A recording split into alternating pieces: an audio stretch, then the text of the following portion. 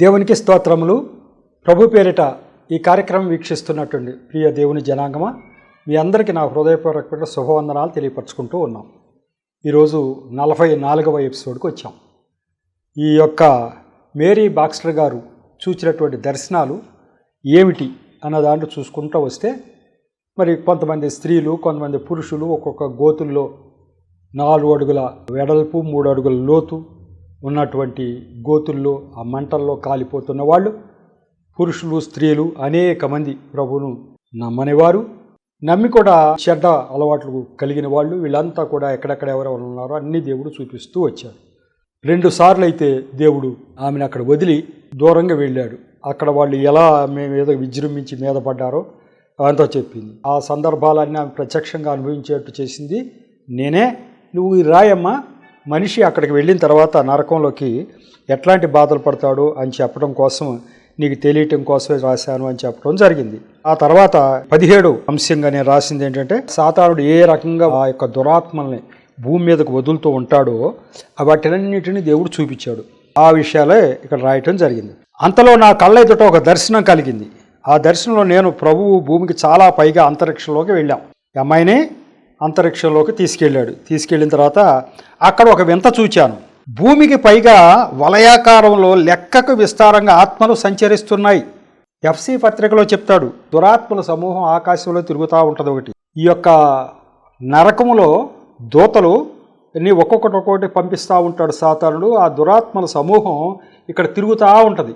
ఆ విషయం మీకు బాగా తెలియటం కోసం, వివరించి నేను చెప్పడం కోసమే ఈ విషయం చెప్తున్నాను. ఒక వింత చూశాను. భూమికి పైగా వలయాకారంలో లెక్కకు విస్తారంగా ఆత్మలు సంచరిస్తున్నాయి. అవి మామూలు కళ్ళకు కనిపించవు, కానీ ప్రభు ఆత్మ నాకు తోడుగా ఉన్నందున వలన నేను స్పష్టంగా చూడగలుగుతున్నాను. మామూలుగా మనం చూస్తే కనపడవు, కానీ దేవుడు ఆత్మ ఆమెకి అది ఇచ్చాడు కాబట్టి చూడగలుగుతుంది. గాలిలోని అజ్ఞాత శక్తులు, వాటి ప్రభావానికి సంబంధించిన దర్శనం నేను చూడబోతున్నాను, వాటికి వ్యతిరేకంగా పోరాడబోతున్నామని నాకు అనిపించింది. అట్లా అనేకమైనటువంటి దురాత్మలు అక్కడ ఆకాశంలో తిరగటం చూపించాడట. వాళ్ళలో మంత్రతంత్రాలు చేసేవాళ్ళు, ఆ శక్తిని ఇచ్చేటువంటి ఈ దురాత్మలేనట. ప్రభువు నాతో, నా బిడ్డలకు నేను వీటిని జయించే శక్తినిచ్చాను, ఎలా ప్రార్థన చేయాలో విని నేర్చుకోమని చెప్పడం జరిగింది.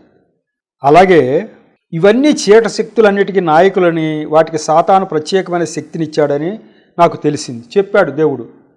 వీళ్ళంతా కూడా యొక్క వలయంలో నుండి ఒక మంత్రగాడు లేచి మిగిలిన దెయ్యాలకు ఆజ్ఞలు జారీ చేశాడు. వాడు మాట్లాడుతుంటే భూమి మీద అగ్ని వర్షం కురవసాగింది. అతను భూమి మీద చాలామందిని సాతాను మాటలతో, తెలివితేటలతో మోసం చేశాడు. నేను అలా చూస్తుండగానే మరో 2 దెయ్యాలు అతనితో కలిశాయి. ఇవన్నీ చీకటి శక్తులన్నిటికి నాయకులని, వాటికి సాతాను ప్రత్యేకమైన శక్తినిచ్చాడని నాకు తెలిసింది. ఇవన్నీ సోదెగాళ్ళకి, గారడీలు చేసేవాళ్ళకి ఒక నిర్దిష్టమైన స్థలంలో చేరి వాళ్ళకి శక్తులను ఇస్తాయి. వాళ్ళ చుట్టూ చీకటి శక్తులు వస్తూ పోతూ ఉన్నాయి. దేవుని పరిశుద్ధాత్మ నీకు ఒక మర్మాన్ని తెలియజేస్తుంది, జాగ్రత్తగా విను అని దేవుడు చెప్పడం జరిగింది. ఇలా దేవుడి యొక్క శక్తి ఈ ప్రపంచంలో ఉన్నప్పటికీ దేవుడికి వ్యతిరేకంగా సాతాను శక్తి కూడా తిరుగుతూ ఉంది. ఈ యొక్క మంత్రతంత్రాలు చేసేవాళ్ళు, సోదెగాళ్ళు, గారడే వాళ్ళు చేసే చిన్నటువంటి జిమ్మిక్కులన్నీ కూడా ఆ యొక్క సాతాను అనుచరులు చేయిస్తూ ఉంటారు.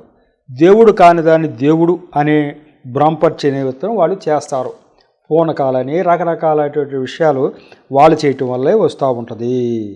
సాతాను శక్తులన్నీ కూడా భూమి మీదకి అలా సంచరించడం నేను చూచాను. అయితే దేవుడు అన్నాడు, నా నామం పేరిట గద్దించగానే సాతాను పారిపోతుంది. దేవుని రక్షణ కవచం ధరించి దాన్ని మరి ఎట్లా ప్రభువా, భూమి మీద వాళ్ళకు ఇంతమంది దురాత్మలు తిరుగుతూ ఉంటే మేము ఎట్లా అంటే, నా పేరు తెలిస్తే వాళ్ళు పోతాయి, కాబట్టి మీరు నా నామం ఉచ్చరించండి అని చెప్పాడు. ఎట్లా పోతాయంటే, ఏకాత్మతో మీరు ప్రార్థించగానే లెక్కలనే దేవదూతలు దెయ్యాల మధ్యలోకి వచ్చి వాటితో పోరాడి వాటి శక్తులను నాశనం చేస్తాయి. ఆ దూతలు వరుసలుగా బారులు తీరి ఉన్నాయి. ఒక్కొక్క వరుసలో 600 మంది చొప్పున దూతలు ఉన్నాయి. అంటే ఈ యొక్క సాతాను శక్తులను మించి దేవదూతలు కూడా నేను పంపిస్తూ ఉంటాను. మీరు ప్రార్థన చేస్తున్నప్పుడు మా దూతలు పోరాడి వాళ్ళు పారదోలుతాయని దేవుడు చెప్పడం జరిగింది. అలాగే మరి అక్కడ ఉన్నటువంటి ఆ యొక్క విషయాలన్నిటి చూస్తున్నటువంటి ఆ అమ్మాయికి ఆఖరికి ఏం తెలిసిందంటే నా దర్శనంలో క్రైస్తవులు ఎలా కనపడుతున్నారంటే క్రైస్తవులు అప్పుడే పుట్టిన పసిపాపలుగా చూచాను. వారికి పైగా దేవదూతలు వారిని కాపాడుతూ కావలి కాయటం కూడా నేను చూచాను. దేవదూతలట కావలి కాస్తా ఉన్నారట, కాపాడుతూ ఉన్నాయట. దేవాది దేవుడు వారి పక్షంగా సాతానుతో దుష్టశక్తులతో స్వయంగా యుద్ధం చేస్తూ తన బిడ్డలకు జయమివ్వటం కూడా నేను చూచాను. ఆమె చూపించాడు కొన్ని ఇన్సిడెంట్లు. ఏ రకంగా అయితే ప్రార్థన చేస్తుండగా దుష్టశక్తులను మరి ఇచ్చేయటానికి లయపరచటానికి నా యొక్క దేవదూతలు వెళ్ళి కాపాడుతున్నారో చూడమ్మా అని చెప్పి ఆ శక్తి దివ్యశక్తికి ఇచ్చాడు. ఆ యుద్ధం చేస్తూ తన బిడ్డలను ఎలా కాపాడుతున్నారో చూపించాడు. అప్పుడు పసిపాపలుగా ఉన్న క్రైస్తవులు చక్కగా ఎదిగి దేవుని కోసం ఫలాలు ఫలించేవారుగా మారారు. వారు సంతోషభరితులై దేవుని ప్రేమిస్తూ విశ్వాసులై దేవుని సేవ చేస్తూ ఉన్నారు. కాబట్టి ఈ ప్రపంచంలో క్రైస్తవులకి నిత్య రక్షణ అక్కడి నుంచి వస్తూ ఉంది అని దేవుడు చూపిస్తూ ఉన్నాడట. నిత్యమైనటువంటి సహాయం దేవుడు చేస్తూ ఉన్నాడు అని చూపించారట. ఇక ఆ తర్వాతకు వచ్చేసరికి ఈ యొక్క జరగబోయేటువంటి విషయాలు, ఆ యొక్క మృగం యొక్క ముద్ర 666 ముద్ర వేయించుకోవటం, అటువంటి జరగవలసినవి కూడా కొన్నిటిని దేవుడు చూపించాడు. ఈ అమ్మాయికి అవన్నీ కూడా చూపించి ఇదిగమ్మా జరగవలసిన విషయాలు ఇవి, జరిగే విషయాలు ఇవి అని చూపించి ఇవన్నీ నువ్వు రాయమంటే ఆమె రాయటం జరిగింది. కాబట్టి సాతాను శక్తులు ఉండటం వాస్తవం. వాటిని ఎదిరించడానికి దేవదూతలు కూడా మరి దేవుడు ఆజ్ఞ చేత పంపబడి భూలోకంలో తన బిడ్డల్ని తనకు ప్రార్థన చేసే వాళ్ళని ఎప్పటికప్పుడు రక్షిస్తూ ఉంటాయని చెప్పడం జరిగింది. ఇంతటితో నరకంలో ఉన్నటువంటి సీన్లు గురించి మనం ముగింపించుకుందాం. ఇక పరలోకంలో మరి ఏమి చూసింది అనేటువంటి విషయానికి వచ్చిన తర్వాత చిన్న బిడ్డల కోసం ఏర్పాటు చేసినటువంటి ఒక ప్రదేశాన్ని దేవుడు చూపించడం జరిగిందట. ఈ యొక్క చిన్న బిడ్డల కోసం ఏర్పాటు చేసిన ప్రదేశాలని దరిదాపు అందరు భక్తులకు చూచారు. ఎవరెవరు చూచారు? డిజిఎస్ దినకరన్ గారు చూశారు. చిన్న బిడ్డల కోసం ఏర్పాటు చేయబడినటువంటి ప్రదేశం డిజిఎస్ దినకరన్ గారు చూశారు. అట్లాగే మరి ఇంకా కొంతమంది భక్తులు చిన్న బిడ్డల కోసం ఏర్పాటు చేసినటువంటి అవన్నీ కూడా మరి జాన్ రవీంద్రనాథ్ గారు కూడా చూసినట్టున్నారు. చాలామంది భక్తులు ఈ విషయాన్ని చూపించడం జరిగింది. నేను చిన్న బిడ్డల కోసం ఏర్పాటు చేసిన ప్రదేశాన్ని నీకు చూపించబోతూ ఉన్నాను. పరలోకం ఇప్పుడు 30 రోజుల్లో ఏమేమి చూపించారో మొత్తం అంతా మృగము, సాతాను, ఆ శక్తులు ఇలా అన్నీ చూపించడం జరిగింది. ఇక ఒక 10 రోజుల పరలోకం చూపించినప్పుడు ముందుగా చూపించింది ఏంటంటే పరలోకంలో చిన్న బిడ్డల విషయంలో మరి నీకు ఆ ఏర్పాటు చేసిన ఆ ప్రదేశాన్ని చూపిస్తున్నానమ్మా అని చెప్పడం జరిగింది. నేను చిన్న బిడ్డల విషయంలో చాలా ఆసక్తి కలిగి ఉన్నాను. గర్భస్రావంలో బిడ్డను పోగొట్టుకున్న తల్లిని, ఆమె పోగొట్టుకున్న పిండప్రాయంలోని బిడ్డను సైతం నేను గమనిస్తాను. గర్భంలో పిండాకృతిలో ఉన్నప్పుడే నేను గమనిస్తూ ఉంటాను. గర్భంలో పిండ దశ నుంచే కూడా దేవుడు గమనిస్తూ ఉంటాడు. దీన్ని బట్టి దేవుడు సృష్టికర్త అని అంటాకు రుజువు.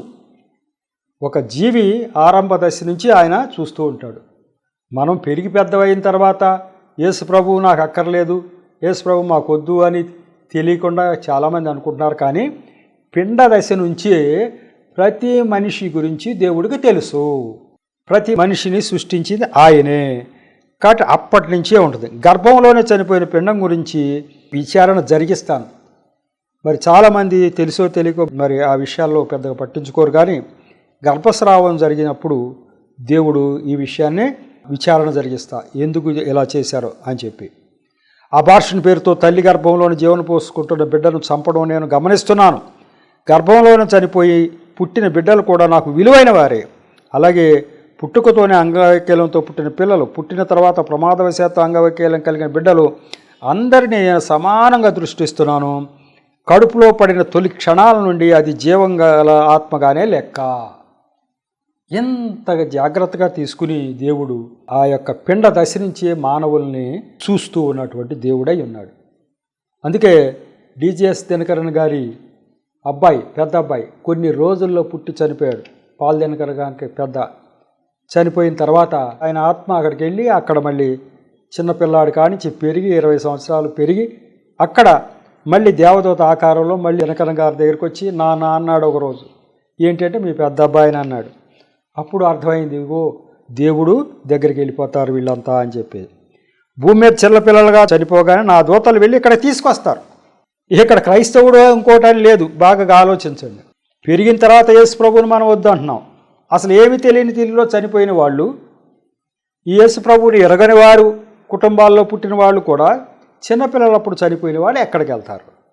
వాళ్ళు ఖచ్చితంగా దేవుడు పరలోకానికి వెళ్తారు. యేసు ప్రభువు ఎరుగని కుటుంబాలు అవి. అక్కడ చనిపోయిన పిల్లలంతా కూడా ఎక్కడికి వెళ్తారు? పరలోకానికే వెళ్తారు. మనం పెరిగి పెద్ద అయిన తర్వాత మాకు యేసు ప్రభు వద్దు అని తిరస్కరించిన వాళ్ళు కదా నరకానికి పోయేది. వీళ్ళు పెరక్కముందే చిన్నతనంలో చనిపోయారు కాబట్టి వాళ్ళకు ప్రత్యేకమైనటువంటి స్థలం ఒకటి ఉంది అని వారు చెప్తా ఉన్నారు. అక్కడ వాళ్ళు పెరిగి పెద్దవారు అవుతారు, ప్రేమించడం నేర్చుకుంటారు, వాళ్ళు సంపూర్ణమైన శరీరాలు సంతరించుకుంటారు. భూమి మీద లోపించిన అవయవాలు వారు ఇక్కడ మరలా పొందుతారు. మహిమ శరీరాలు నేను వారికి దయచేస్తాను. అలాగే అంగవైకల్యంతో పుట్టిన వారి విషయంలో కూడా చాలా శ్రద్ధ తీసుకుంటాడు దేవుడు.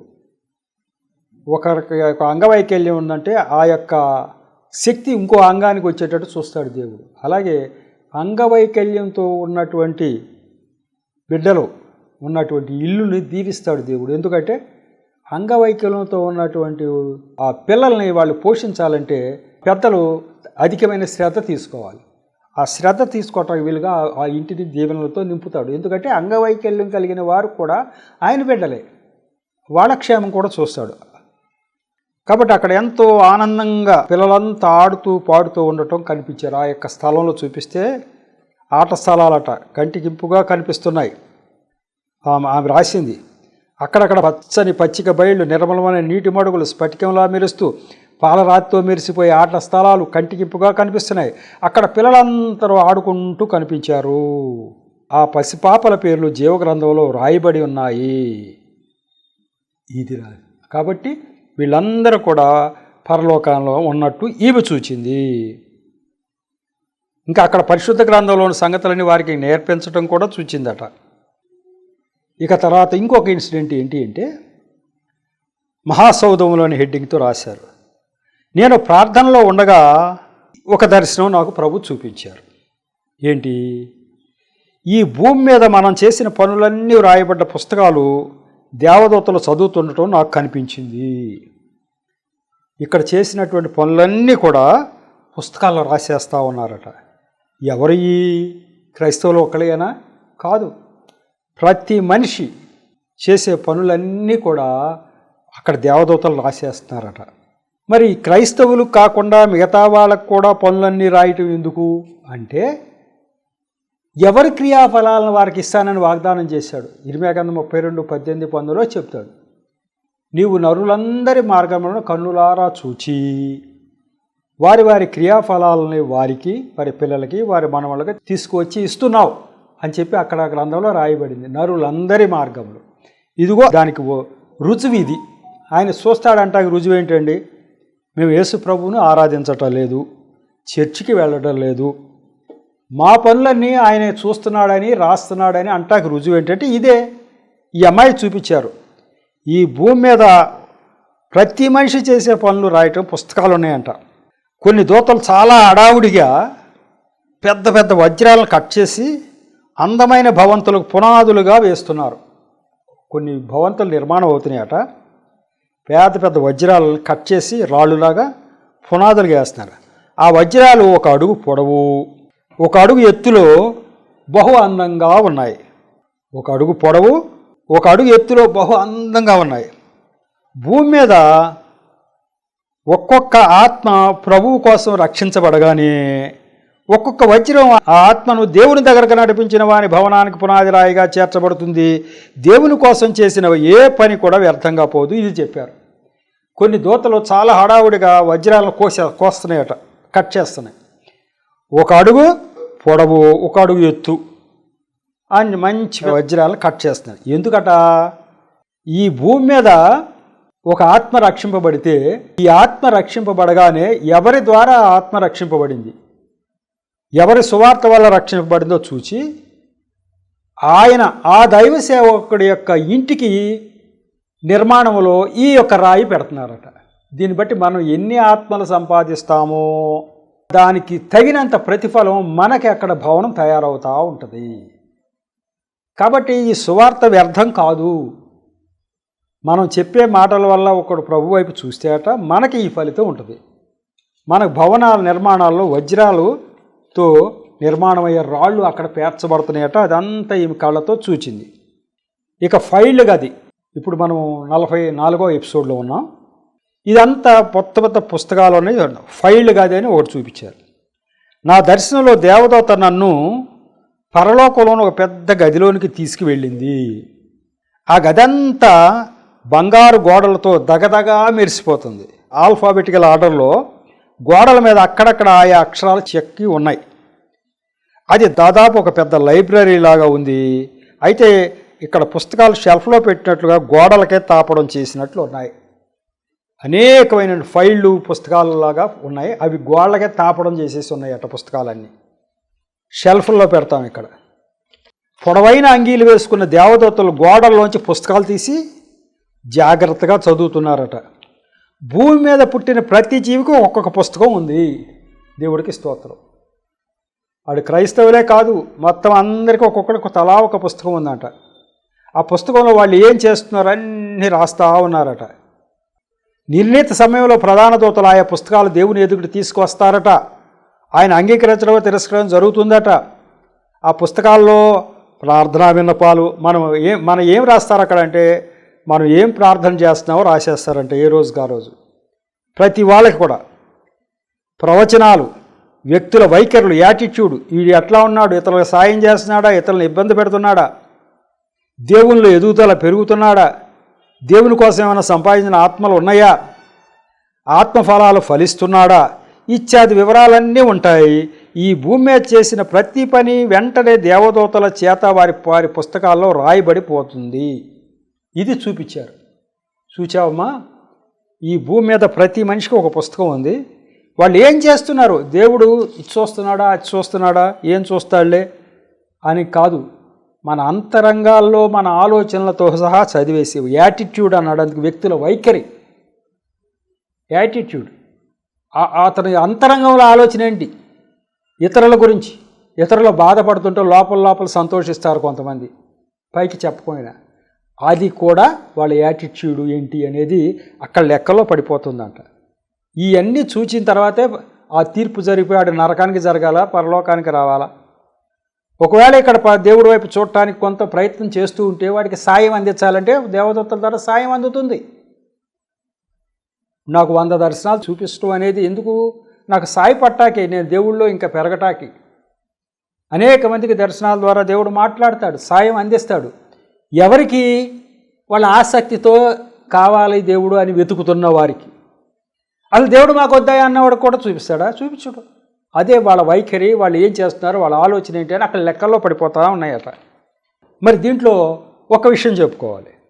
డిజిఎస్ దినకరన్ గారి పాప, 17 ఏళ్ల పాప చనిపోతుంది కారు యాక్సిడెంట్. ఈ చనిపోయే ముందు ఒకరోజు ఈయన ఆత్మని దేవుడు తీసుకెళ్ళి ఇగో ఈ పుస్తకాల్లో రాస్తా వాళ్ళ దగ్గర నిలబెట్టాడు.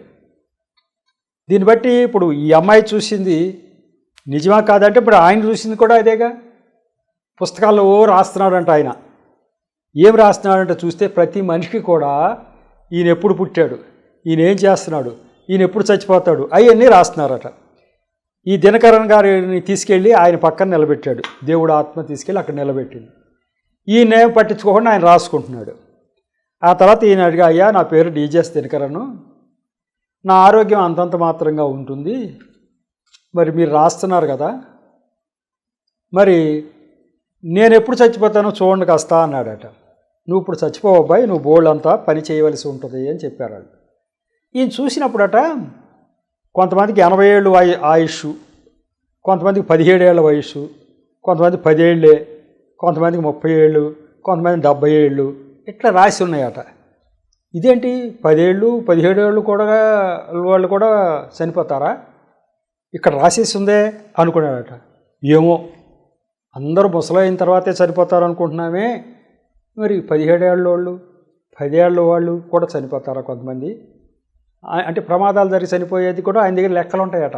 ఈడు పలానా ప్రమాదంలో చనిపోతాడని లెక్కలు ఉంటాయట. ఇవన్నీ చూపించాయంట. ఈయనేమనుకున్నాడు, ఎందుకు చూపించారబ్బా నాకు అనుకున్నాడంట. తీరా చూస్తే నాకేమన్నా త్వరలో చచ్చిపోయే పని ఉందా అని అంటే, నీకు ఇప్పుడే కాదబ్బా, నువ్వు బోళ్ళని ఆత్మలు రక్షించాలని చెప్పాడు. వచ్చేసిన కొన్ని రోజులకి వాళ్ళ అమ్మాయి ఏంజిల్, వాళ్ళ అమ్మాయి కారు యాక్సిడెంట్లో 17 ఏళ్ల పాప చనిపోయింది. అప్పుడు ఈయనకి స్ట్రైక్ అయింది, అయ్యో దేవుడు నాకు ముందుగానే చూపించాడు, కొంతమంది 17 ఏళ్ళ ఆయుష్వే రాయబడి ఉంది అక్కడ. అంటే నీ పాప కొద్ది రోజులకి చనిపోబోతుంది, ఆ రోజు నువ్వు తీవ్రంగా విచారం చెందకుండా ఉండటం కోసం నీకు చూపిస్తున్నానని చెప్పే ఉద్దేశంతో నాకు అది దర్శనం చూపించారన్నమాట అని గ్రహించాడట. తీవ్రమైన దుఃఖం పడకుండా, అయ్యా మీ చిత్తం ఇది, నా కుమార్తె 17 ఏళ్ళకే చనిపోతుంది, చనిపోయినప్పుడు నేను తట్టుకోలేనని ముందుగా నాకు చూపించారని కొంత ఉపశమనం, కొంత ఓదార్పు పొందటానికి ఆ దర్శనం నాకు ఉపయోగపడింది అని చెప్పారు. దీన్ని బట్టి ఈ ప్రపంచంలో ఉన్న వాళ్ళకి అందరికీ కూడా లెక్కలు అక్కడ ఉన్నాయి.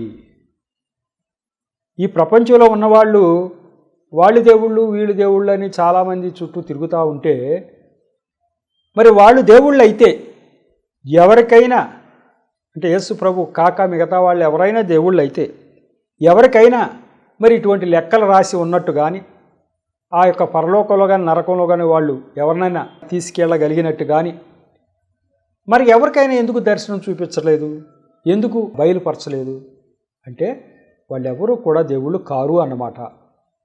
దేవుడైన వాడు ఒక్కడే, ఈ బైబిల్ గ్రంథంలోని దేవుడే. ఈ ప్రపంచ ప్రజలందరికీ ఆయనే దేవుడు. ఆయన అంగీకరించకపోతే ఆ ప్రమాదం ఉంది. కాబట్టి ఈ యొక్క సువార్త అనేది అనేక మంది ద్వారా ప్రకటింపజేస్తూ ఉన్నాడు. ఇది రుజువైంది, అంటే అనేక దర్శనాల ద్వారా ఈ విషయం రుజువయటం జరిగింది. ఆఖరికి చెప్పింది ఏంటంటే, దేవుని తుది వీడ్కోలు అని చెప్తూ ఆఖరి కొన్ని మాటలు దేవుడు చెప్పడం జరిగింది. ఆ మాటలు ఏంటి అంటే, మోసపోకుడి, దేవుడు వెక్కిరింపబడ్డు. ప్రభు నాతో ఇలా అన్నారు, లోకంలో జీవిస్తూ అశాశ్వతమైన ధనభోగాల మీద లక్ష్యం ఉంచక, గర్విష్ఠులు కాక, కొరత లేకుండా ప్రతి అక్కర తీర్చే నిజదేవుని యందు సంపూర్ణ విశ్వాసముంచిన వారికి నా మాటగా చెప్పు. మట్టి శరీరేచ్ఛలు నెరవేర్చక పరిశుద్ధాత్మయందు నడుచుకునుడి. కాబట్టి నువ్వు రాసే పుస్తకంలో ఈ మాటలన్నీ రాయమ్మా, నేను చూపించానని చెప్పి. మోసపోకుడి, దేవుడు వెక్కిరింపబడు. మనుషుడు ఏం విత్తునో ఆ పంటనే కోయును. శరీర ప్రకారం విత్తితే క్షయమను పంటను కోస్తారు, ఆత్మ కోసం విత్తితే నిత్య జీవమను పంటను కోస్తారు. శరీర కార్యాలు స్పష్టమై ఉన్నాయి, అవేవనగా వ్యభిచారము, అపవిత్రత, కాముకత్వము, విగ్రహారాధన, అభిచారము, ద్వేషములు, కలహము, మత్సరములు, క్రోధములు, కక్షలు, భేదములు, విమతములు, అసూయలు, మత్తతులు, అల్లరితో కూడిన ఆటపాటలు. ఎవరైతే ఈ కార్యాలు జరిగిస్తారో వారు దేవుని రాజ్యంలోనికి ప్రవేశించలేరు. ఈ విషయాలు కూడా నువ్వు రాయమ్మా అని దేవుడు చెప్పడం జరిగిందట. ఇక ఆత్మఫలాలు కూడా చెప్పారు. ఇగో ఈ ఆత్మఫలాలు ఉంటేనే దేవునిలో మనం ధరించుకున్నట్టు, ఆ విషయం కూడా రాయమన్నారట. ప్రేమ, సంతోషము, సమాధానము, దీర్ఘశాంతము, దయాళుత్వం, మంచితనం, విశ్వాసం, సాత్వికం, ఆశానిగ్రహం, ఇవన్నీ కూడా మీరు ధరించుకోవాలి అని చెప్పడం జరిగిందట. మీ జీవితాలంతటిపైన నా అధికారం ఇవ్వండి, నేను మీ జీవాన్ని దాచి ఉంచాను, మిమ్మల్ని ఎప్పుడు విడవను ఎడబాయనని ఫైనల్గా దేవుడు చెప్పడం జరిగిందట. అమ్మా, దేవుడు వెక్కిరింపబడ్డు అంటే నువ్వు తప్పు చేసినా మిమ్మల్ని వదిలేసే దేవుడు కాడు. మంచి చేస్తే దానికి ప్రతిఫలం ఇవ్వకుండా వదిలిపెట్టే దేవుడు కాదు. దేవుడు వెక్కిరింపబడ్డు అంటే దేవుడు పక్షపాతి కాడు, అందరికి సమానమైన తీర్పు తీరుస్తాడు. ఈ విషయాలన్నీ నువ్వు ఖచ్చితంగా రాయి తల్లి అని చెప్పడం జరిగిందట. అలాగే ఆమె ఈ విషయాలన్నీ కూలంకషంగా రాయడం జరిగింది. ఇలా రాసినప్పుడు ఆమె చెప్పింది ఏంటంటే, ఈ యొక్క నరకం చూసిన తర్వాతట, ఈ దర్శనాలు అయిపోయిన తర్వాత 3-4 నెలలు జబ్బు పడిపోయి అసలు లేవలేకపోయిందట. అంటే భయంకరమైనటువంటి ఆ నరకం దృశ్యాలు కళ్ళ ముందు రోజు కనిపించేవట, భయంకరంగా ఉండేవట. ఆ తర్వాత ఆమె చెబుతూ ఉంటే, అమ్మా నేను అది చూసా అని చెప్తుంటే చాలామంది నమ్మేవాళ్ళు కారట. ఇదంతా నిజమా అనేవాళ్ళట. ఇంకా దేవుడు ఇంతకంటే ఏం చేయాలి? ఒకరిని ఎంచుకొని తీసుకెళ్ళి పరలోకం అంతా చూపించి పేర్లతో సహా, ఇదిగో ఈయన ఫలానా, ఈయన ఫలానా, ఈయన ఇలా చేశాడు, ఆయన అలా చేశాడు, ఈయన నరకానికి ఎందుకు వచ్చాడు అని చూపిస్తే, ఆమె పుస్తకం రాయించి మన ముందు పెడితే, ఆమె చెబుతూ ఉంటే అది మనం నమ్మకపోతే దేవుడు ఏం చేయాలి? ఇంకా ఈ నమ్మకుండా ఉండటానికి కారణం ఏంటి అంటే, సాతానుడు సాధ్యమైనంత వరకు దేవుడి వైపు చూడుకోకుండా అనేక రకాలుగా మరి ప్రయోగాలు చేస్తాడు. ఇక మనంతటా మనం దేవుడి వైపు చూడటానికి నిర్ణయం తీసుకుంటే, ఆ యొక్క ధైర్యము, తెగువ ఉంటే సాతాన్ని ఎదిరించండి. సాతానుడు వస్తాడు, నో డౌట్ ఉన్నాడు. నా దేవదూతలు కూడా ఉన్నారు ఈ ప్రపంచమంతా. మీకు సాతానుడు వచ్చినప్పుడు సాతానుడిని ఎదిరించండి, వాడు పారిపోతాడు. ఇగో నా పేరులో వాడికి పారిపోతాడు కాబట్టి నన్ను అంగీకరించండి. నా పేరు మీద వాడు పోతాడు కాబట్టి మీరు నా పేరు మీద వాడిని దూరంగా పారదోలవచ్చు అని చెప్పాడు. మాకు వద్దండి, మాకు యేసు ప్రభు వద్దు అని నువ్వు అన్నావు. మరి వాడు ఎట్లా పోతాడు నీ దగ్గర నుంచి? వాడు పోయే అవకాశమే లేదు. అంచేత మనం దేవుడు చేయవలసిన పని అంతా చేసుకుంటూ వచ్చేసాడు. ఈ విషయాలు మనం అందరికీ తెలియచెప్పటమే మనం చేయాల్సిన పని. ఇప్పుడు చెప్పామండి. ఈ యొక్క మేరీ బాక్స్టర్ గారి చరిత్ర, ఆమె నరకంలో చూచినవి, పరలోకంలో చూచినవి అన్నీ కూడా మనం చెప్పాం. వాళ్ళు ప్రభు వైపు చూడలేదు, మరి ఎట్లా అని అంటే, చూడకపోతే చూడరు, అందరూ చూస్తారని దేవుడు కూడా అనలేదు కదా. అందరూ ప్రభు వైపు చూస్తారు అనే దేవుడు అనలేదుగా.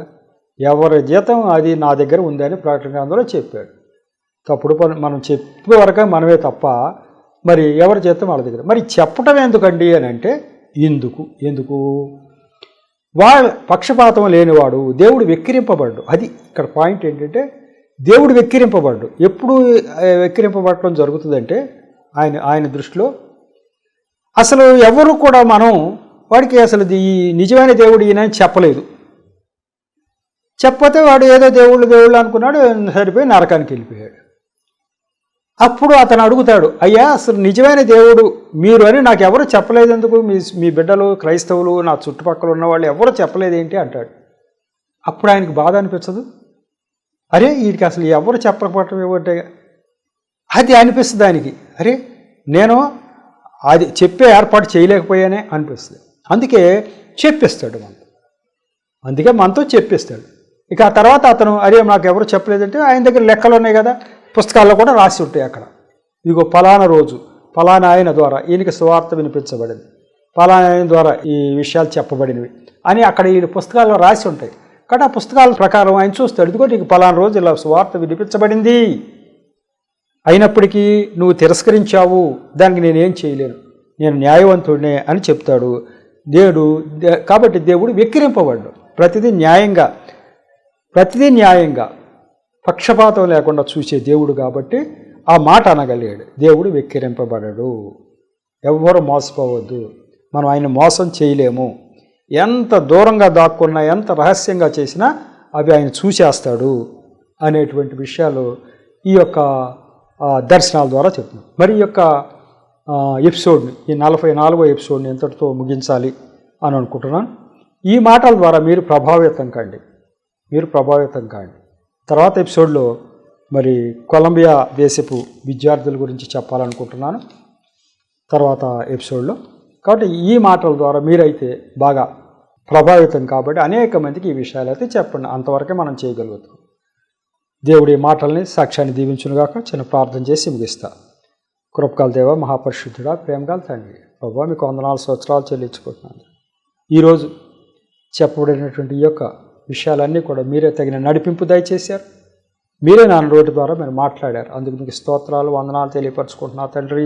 ఈ యొక్క ప్రభువా వింటున్నటువంటి బిడ్డలో హృదయాలను కదలింపచేయండి. అనేక మంది ఈ విషయాలు చేరవేసేలాగా వారికి తగిన ప్రేరణ దయచేయండి. ఆశీర్వదించమని ప్రార్థిస్తున్నాను. ఈ పరిచర్యను ఆశీర్వదించండి. నన్ను, నా పరిచర్యను, మీ బిడ్డలందరినీ కూడా మీ హస్తాల కింద భద్రపరిచి ఆశీర్వదించమని, మహిమ ఘనత ప్రభావం మీరు పొందుకోమని మా ప్రభువును రక్షకుడైన యేసు నామములో పరమ తండ్రిని ప్రార్థించి వేడుకుంటున్నా తండ్రి. ఆమెన్. మరొకసారి మీ అందరికీ నా వందనాలు తెలియచ్చు.